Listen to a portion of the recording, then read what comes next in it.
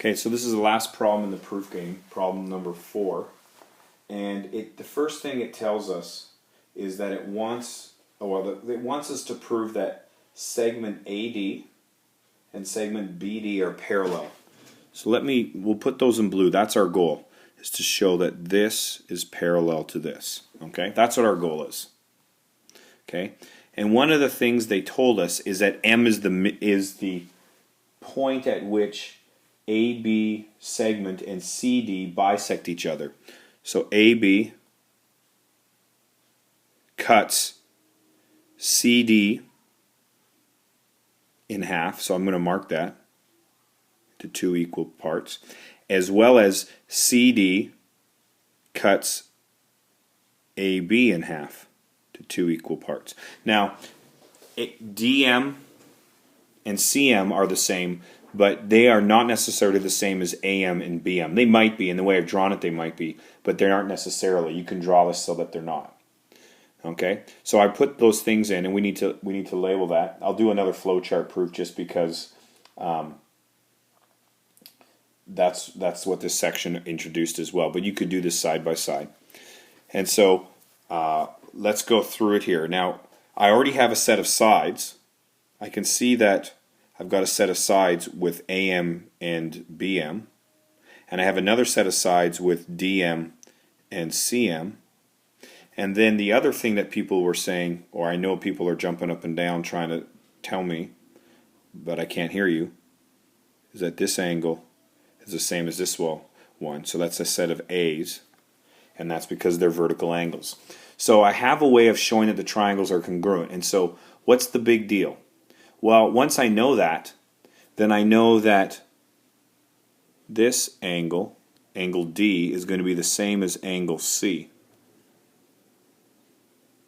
The other thing you could say is that B is the same as A, is another way you could say it. It doesn't matter which one you go with once the triangles are congruent, but we need to show that those are the same, because then we'll have alternate interior angles. These are alternate interior angles, and that will force the lines to be parallel. So we've got a lot of things I'm going to take away that we're going to use here. So I've kind of planned out the proof here. Okay, so I've kind of planned out the proof, and we'll go from there. And let's write down what we know. So we know that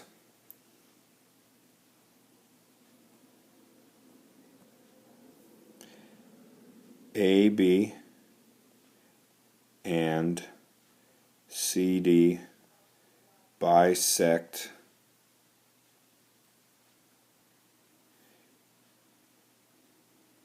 each other at M. And that was given to us. So let's put that as a big box. Okay? And that allowed us to then say two things. It allowed us to say that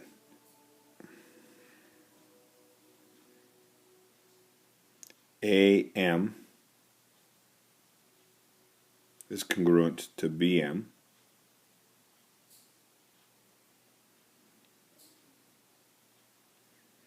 It also allowed us to say that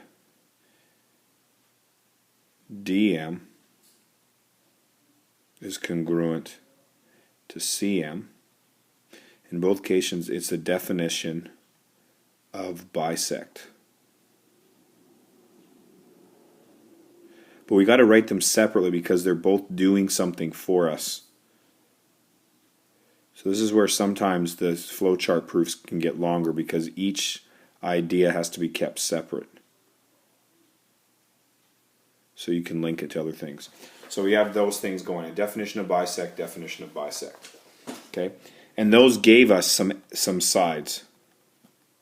That gave us a side and a side. And we already talked about angle 1 being the same as angle 2 by vertical angles theorem, so I'm going to write that down here. So I also know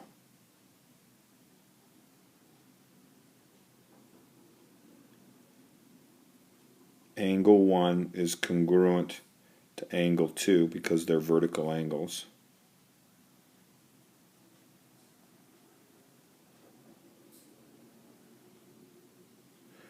And that's its own idea we noticed in the picture. It doesn't link to anything yet. And that gave us an A. And when we look at this, we see that the angles are between the sets of sides. So it must be SAS it's going to lead us to. So I'm going to put that to the other page.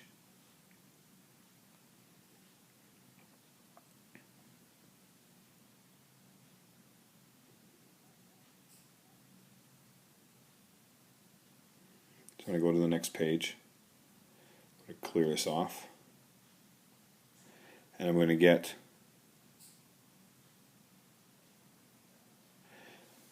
that the triangles, that triangle ADM is congruent to triangle BCM by SAS.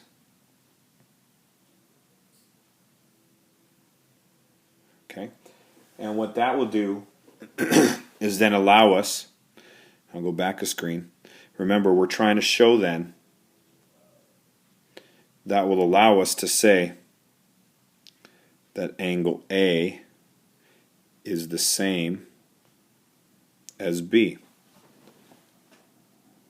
And when those are the same, then we can use them as alternate interior angles. So that's what I'm going to do.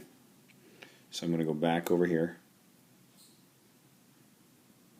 So now we know angle A is congruent to angle B by CPCTC because the triangles are congruent, which then allows us to say the sides AD are parallel to the other sides or segment BC by alternate interior angles theorem. And we're done.